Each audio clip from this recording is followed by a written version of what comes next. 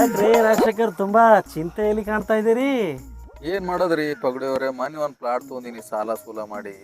ಅದ್ ರಿಜಿಸ್ಟ್ರೇಷನ್ ಮಾಡಿಸ್ಬೇಕಂತ ಹೇಳಿ ಓಡಾಡ್ಲತ್ತೀನಿ. ಎಲ್ಲಿ? ಮುಂಜಾನೆ ಬಾ ಸಂಜೆ ಬಾ, ಅದೇ ಕಲಬುರಗಿ ವಿಧಾನಸೌಧ ಹಿಂದ್ಗಡೆ ಇರ್ತಕ್ಕಂಥ ಒಂದು ರಿಜಿಸ್ಟ್ರೇಷನ್ ಆಫೀಸ್ ನಲ್ಲಿ. ಏನಂತ ಹೇಳ್ತಾರ ಅವರು? ಅದೇ ಮುಂಜಾನೆ ಸಂಜೆ ಬಾ, ಸಂಜೆ ಹೋದೇವತ್ತಂದ್ರ ಮತ್ತೆ ನಾಳೆಗೆ ಬಾ, ಇದು ಶನಿವಾರ ಹೋದೆ ಅಂದ್ರೆ ಸೋಮವಾರ ಬಾ, ಹಿಂಗ್ ಹೇಳ್ತಾರೆ. ಏನ್ ಗೊತ್ತಾಗಲ್ಲ ಇದ್ರಿ ಪಗಡಿ ನಿಮ್ಗೆ ಗೊತ್ತಿಲ್ಲೇನ್ರಿ? ಏನ್ ಸರ್ ಅದು? ಕೈ ಬೆಚ್ಚಗೆ ಮಾಡ್ಬೇಕು ಸ್ವಾಮಿ. ಕೈ ಬೆಚ್ಚಗಂದ್ರಿ? ಕೈ ಬೆಚ್ಚಗೆ ಅಂದ್ರೆ ಗೊತ್ತಿಲ್ವಾ ನಿಮ್ಗೆ? ಗೊತ್ತಿಲ್ಲ ಸರ್. ರಿಜಿಸ್ಟ್ರೇಷನ್ ಆಫೀಸ್ ಸರ್ ಅದು.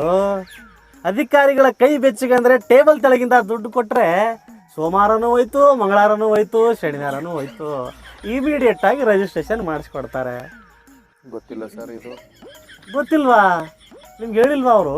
ಹೇಳಿಲ್ಲ ಸರ್. ಅದೇ ಟೈಮ್, ಅದೇ ಮುಂಜಾನೆ ಸಂಜೆ ಇಷ್ಟ ಹೇಳ್ತಾ ಇದಾರೆ. ಏನು ದುಡ್ಡು ಅದು ಇದು ಏನು ಹೇಳ್ತಾ ಇಲ್ಲ ನಮ್ಗೆ. ಅಯ್ಯೋ ಕರ್ಮ, ನಿಮ್ಮೊಬ್ರದ್ದು ಸಮಸ್ಯೆ ಅಲ್ಲ ಗುರು ಇದು. ಕಲಬುರಗಿಯಲ್ಲಿ ಎಷ್ಟೋ ಜನರ ಸಮಸ್ಯೆ ಇದು.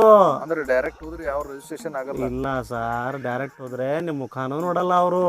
ಮತ್ತೆ ಬ್ರೋಕರ್ ಹತ್ರ ಹೋದ್ರೆ ಕಾಂಚಾಣ ಚಣ ಚಣ ಕಾಂಚಾಣ ತೆಗೆದುಕೊಂಡು ಹೋಗ್ರಿ, ಕೆಲಸ ಮಾಡ್ಕೊಳ್ಳಿ. ಪೈಸಾ ಬೇಕೋ ತಮಾಷೆ ದೇಕೋ ರಾಜಶೇಖರ್. ಅಯ್ಯೋ ಸರ್, ಇದೇ ಸಾಲ ಸೂಲ ಮಾಡಿ ನಮ್ಮ ಪ್ಲಾಟ್ ಹೊಂದಿ ಮತ್ತೆ ಅವ್ರಿಗೆ ದುಡ್ಡು ಕೊಡ್ಬೇಕಾ ನಾವು? ಕೊಡ್ಲೇಬೇಕಲ್ವಾ? ಕೊಟ್ಟಿಲ್ಲ ಅಂದ್ರೆ ನಿಮ್ ಕೆಲಸ ಆಗಲ್ಲ ಸರ್. ಗೌರ್ಮೆಂಟ್ ಸಂಬಳ ಕೊಡುತ್ತಲ್ಲ ಸರ್ ಅವರಿಗೆ. ಸಂಬಳನೂ ಬೇಕು, ಗಿಂಬಳನೂ ಬೇಕು ರಾಜಶೇಖರ್. ಮತ್ತೆ ಹೇಗೆ ಮಾಡೋದು ಸರ್ ಇವಾಗ? ಗಿಂಬಳ ಕೊಡಬೇಕು, ಇಲ್ಲ ಅಧಿಕಾರಿಗಳನ್ನ ಒದ್ದು ಒಳಗೆ ಹಾಕಬೇಕು ಅಷ್ಟೇ. ಮತ್ತೆ ಕಲ್ಯಾಣ ಕರ್ನಾಟಕ ನ್ಯೂಸ್ ಚಾನಲ್ದವ್ರಿಗೆ ಏನು ಕಂಪ್ಲೇಂಟ್ ಕೊಟ್ಟರೆ ಏನಾರು ಆಗುತ್ತಾ? ಕಂಪ್ಲೇಂಟು ನಮ್ಮ ಗಮನಕ್ಕೆ ತಗೊಂಡು ಬನ್ನಿ. ಭ್ರಷ್ಟ ಅಧಿಕಾರಿಗಳ ಹೆಡೆಮುರಿ ಕಟ್ಟೋಣ.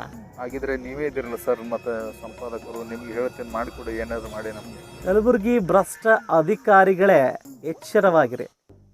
ನೀವು ಬಂದಿರತಕ್ಕಂಥ ಏನು ಸಾರ್ವಜನಿಕರ ಬಳಿ ದುಡ್ಡನ್ನು ಲಪಟಾಯಿಸ್ತಾ ಇದ್ದೀರಲ್ಲ, ಅದು ಇನ್ನು ಮುಂದೆ ನಡೆಯೋದಿಲ್ಲ.